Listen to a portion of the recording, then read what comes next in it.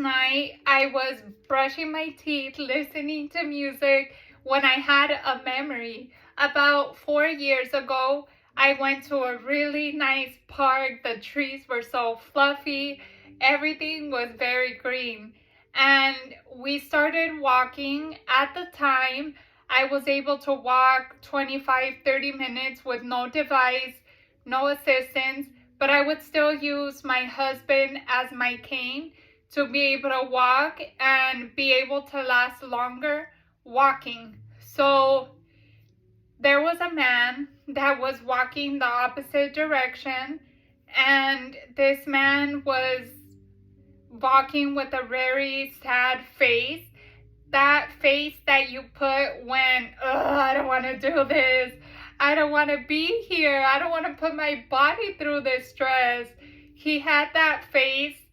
I think I could identify a lot with that face where you don't want to do something, but you do it anyways.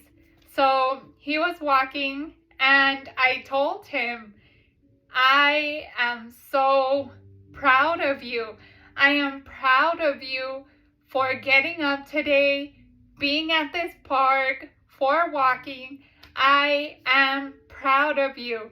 I got a smile from this man's face, and his caregiver said, you see, you have to go out more often. I am so happy giving compliments. I love to give compliments. I don't care if I know you, if I don't know you. I love to give compliments. I love your eyes. I love your hair. I love your outfit. I love your smile. You never know what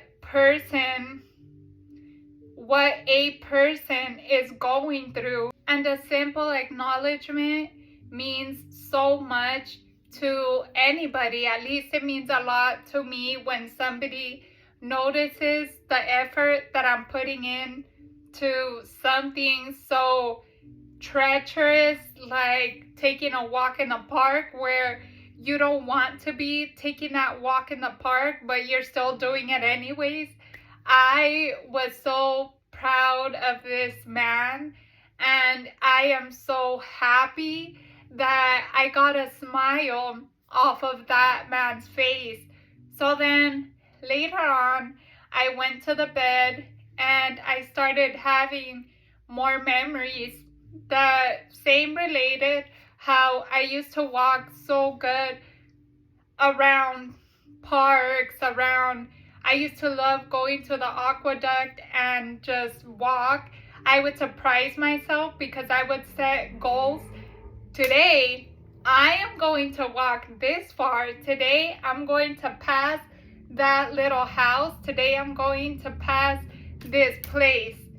And I would do it. It's really important to set goals for yourself and try to achieve them, as opposed to not having goals and just going with the flow. It makes a difference. So I was remembering once I got to the bed how I used to be when I was at that time 4 years ago, that my MS was at a place where I was going into remission. My whole point in this whole remembering and everything was how important it is to be in tune with yourself, how important it is to not allow people to stress you out. At the end of the day, you are in control. I am in control of what we allow to get bothered by, what we allow to get sad from. It's us. We are in control. And I get sad just remembering back then and how I am now. I get sad because I allowed it. I allowed that stress to have a part in my head. I allowed that sadness to have a place in my head. I allowed that. And it makes me sad to remember that I was already going the route of putting my MS in remission. And because I didn't know how to control my feelings, control my emotions, control what I allowed to get bothered by, control what I allowed to bring me down mentally, I am the one that is responsible for me becoming as weak as I became. I really wish that 4 years ago I would have had a stronger mindset where I don't care. You do you, I do me. I stay in my lane and you can wander off however you want to, but you are not going to explode my bubble. I've always told you guys, if you could learn from my mistakes, learn from them, because stress is something so horrible, not only for a person with MS or no MS, stress is horrible.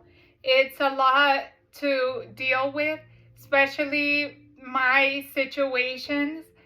I allowed it. I allowed to let all this into my head. I point at my heart because it is well known that, oh, I love you with all my heart. Oh, my heart. It's really not your heart. It's really your brain, because your brain is the biggest, best, only real machine computer that we have to function with. But it's kind of weird to say, I love you with all my brain. I love you so much. It's kind of weird, right?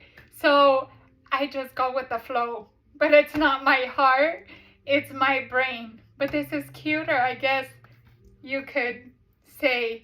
I always wear these shirts, not on purpose, it just happens. It just happens where I look like this from the inside, but I still love,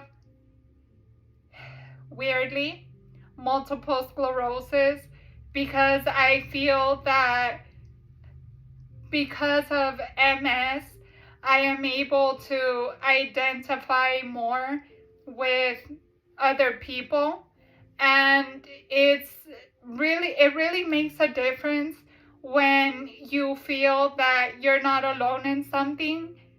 I am here for you. I have always told you guys, I am here for you.